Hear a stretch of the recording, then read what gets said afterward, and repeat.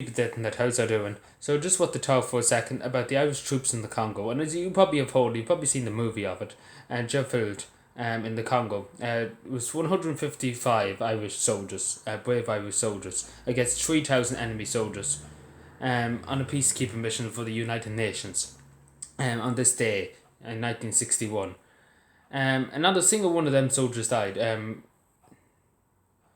a lot of enemy soldiers were killed. And again, these men fought for 5 days very bravely and very vigorously, fought until they could fight no more.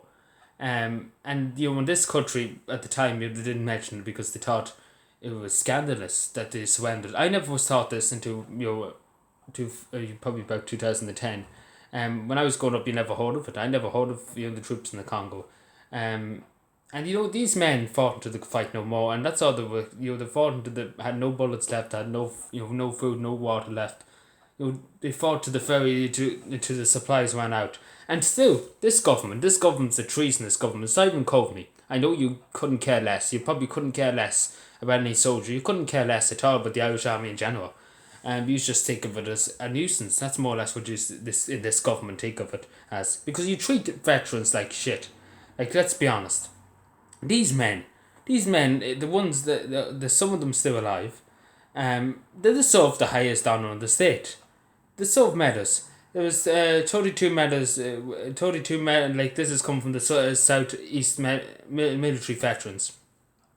32 medals were recommended by Patrick Quinlan to his men whenever given out. The Irish government needs to award these war heroes right now.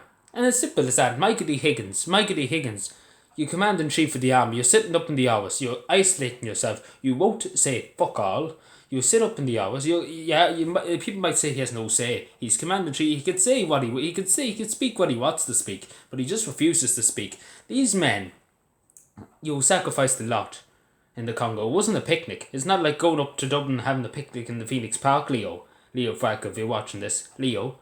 It's not like going into the Phoenix Park with your top off and, having a picnic. These men had families at home. They didn't think, a lot of them probably didn't think they would be coming back from the Congo.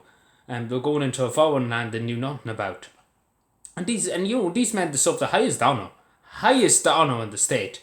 And I'm saying to people, after this virus, God, whenever this virus end, we have to protest. We have to go out in the streets and protest. Not now, obviously, at the moment of time with this restrictions and that. But as soon as this is over, we have to march about the Irish Defence Forces, about the state of them in the moment of time, about the way they're treating veterans, the people who put their lives on the line. Some of these people had probably there was loads of soldiers who suffered in the Congo, loads of Irish peacekeepers that suffered in the Congo.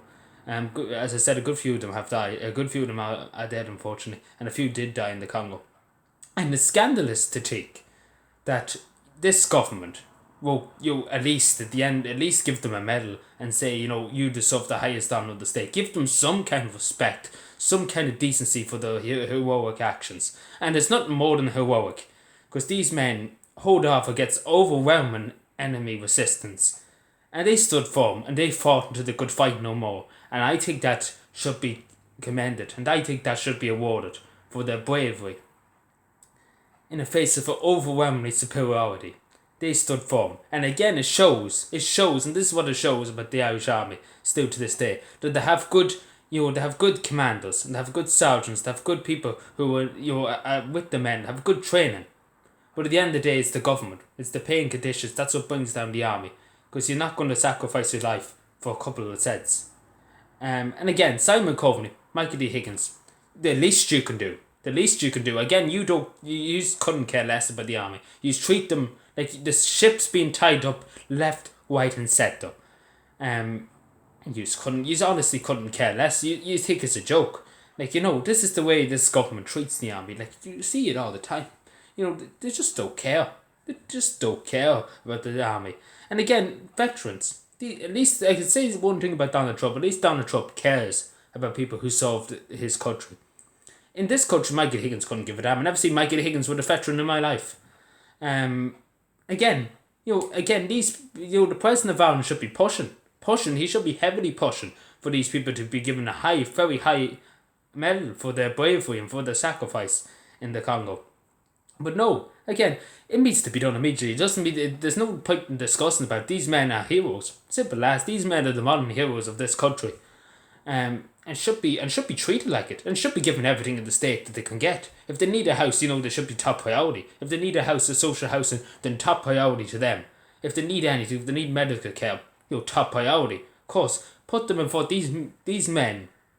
Again, Ireland wasn't at war with the Congo, right?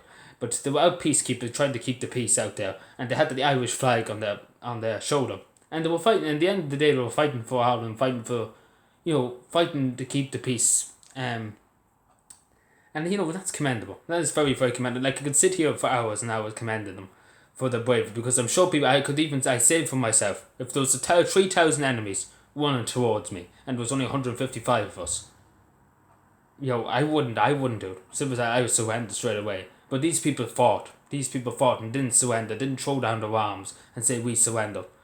They fought until they could fight no more. 5 days. If that's not heroic, then what is? Seriously, what is? Like, explain to me. What any of members of government have done that is heroic?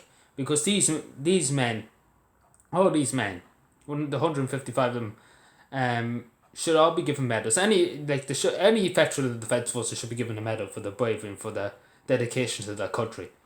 But again, it's a shocker that they won't, that they just refuse straight away to give them medals, and they refuse.